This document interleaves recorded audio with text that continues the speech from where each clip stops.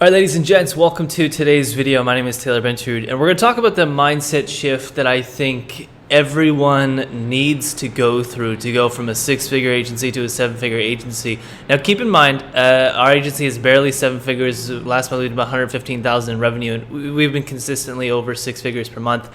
But here is the biggest crux and issue that a lot of agency owners face, especially in the six-figure range when you're early stages and you're making $100,000 to $500,000 per year. You're very much focused service to self, which is what we consider, or I consider STS, service to self. Okay, so you're fixated on personal gain and using this agency as a vehicle for lifestyle enhancement. Okay. Now, the big transition that's going to happen when you get to seven figures, and this doesn't happen for everybody. You don't need to transition. Some people make it to seven figures still very fixated on personal lifestyle. But in my opinion, a big transition that will accelerate the process is the sooner that you transition to service to others and your priorities becomes your team and obviously your clients. And it's less about your lifestyle being enhanced, and it's more about, wow, how can I build a vehicle that can enhance the lifestyle of my teams and just provide a level of happiness for our team that is beyond what they could have ever possibly imagined. So your energy when you're at six figures, especially when you're starting out, very rarely, I would say even for myself for a long time, for many years, this was the issue, was fixated on the agency as a vehicle for personal lifestyle enhancements. And so the natural progression is, at least this is how it was for me, when we started to hire people and I just kind of was like, wow, this thing has a lot of potential. And I decided, well, we should all meet up. There was only three of us really at that time. It was myself, Destiny, and Alex. Alex was also very new. He was just hired like 3 weeks earlier, and I 3 weeks into Alex being hired with like a 3-person onshore team. I've talked about the difference between onshore and offshore. Offshore just means like we have people in the Philippines who are amazing. They do a lot of work for us, but we also have onshore people that have, living in the United States that are, salaries are much higher. And so onshore, we only had 3 people at this time, and I decided like, wow, this looks like we have a lot of potential here. Let's all meet up and let's try to lay down the groundwork for what our culture and vision and mission is going to be. And so we all flew out to Bocas del Toro, which is a remote island in Panama. It's a beautiful place. And we sat down and really tried to lay down the culture. I think we were doing about $30,000 per month at that time. And that was, I don't know when that was, 2 years ago, maybe. And that was the big transition. That was the moment of, okay, I don't care about personal lifestyle. It is very much, I'm so excited to see more people come into this vehicle and have this vehicle help them with their lifestyle and their levels of happiness. And so for me, it was a natural progression of just hiring high quality talent and seeing the potential and how much fun we could have as a team.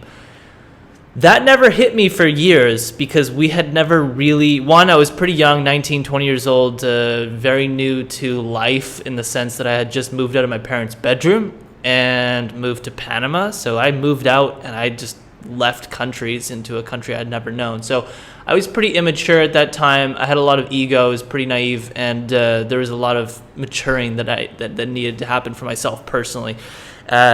So natural progression of hiring people was what really allowed me to, really snap out of like, okay, this personal lifestyle stuff just doesn't matter.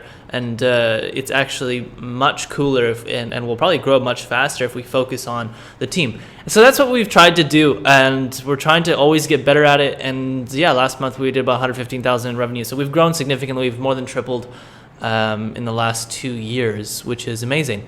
So loving your work is another big transition, and I think it's a necessary thing for you to be fixated on service to others and fixated on your team.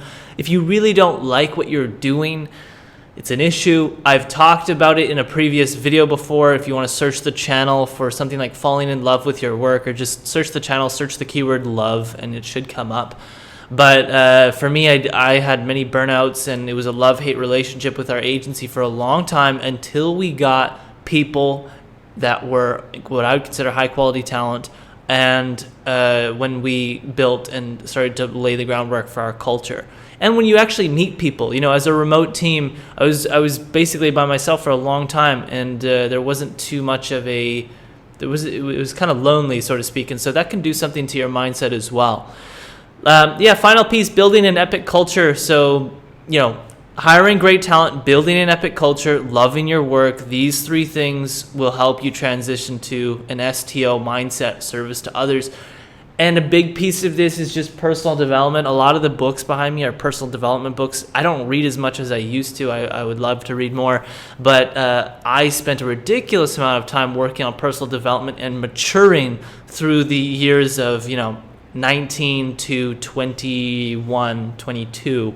And that was a huge personal mindset, personal development stage, emotional intelligence, patience levels, just maturity in general, ego being settled down and controlled.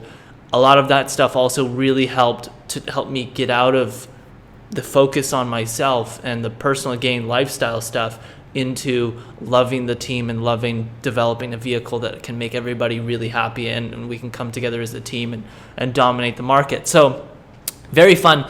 Now I absolutely love my agency, and it's been the best 2 years ever, and it's only gotten better as time has progressed. So I can tell you it's worth it. I can tell you that if you don't really like what you're doing, if you're only looking at your agency as a vehicle for profit, for personal lifestyle gains, so you can travel the world and live a digital nomad lifestyle and blah, blah, blah, which a lot of people do, there's nothing wrong with it per se. However, I am biased, and I will tell you that I think it's better if you transition to an STO mindset and you fall in love with your work and you fall in love with your team and you continue to try to grow relentlessly. So I'm a big believer that the 4-hour work week for me is not for me, not in these years of my 20s or my 30s. Maybe when I retire, I don't know if I ever will, but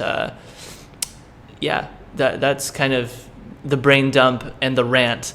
Although my plan, which I've talked about, and this is totally irrelevant to this video, so if you want to leave now, go ahead. Hit the subscribe button. Much love. Thank you. I hope you enjoyed it. Let me know your thoughts in the comment section, because I'll just stop ranting after this. But the overall goal for me is to kind of let go of business in, late 40s, probably early 50s, and then transition and focus the second half of my life predominantly on spirituality and just meditation, and you could say the pursuit of enlightenment would be the one-liner elevator pitch.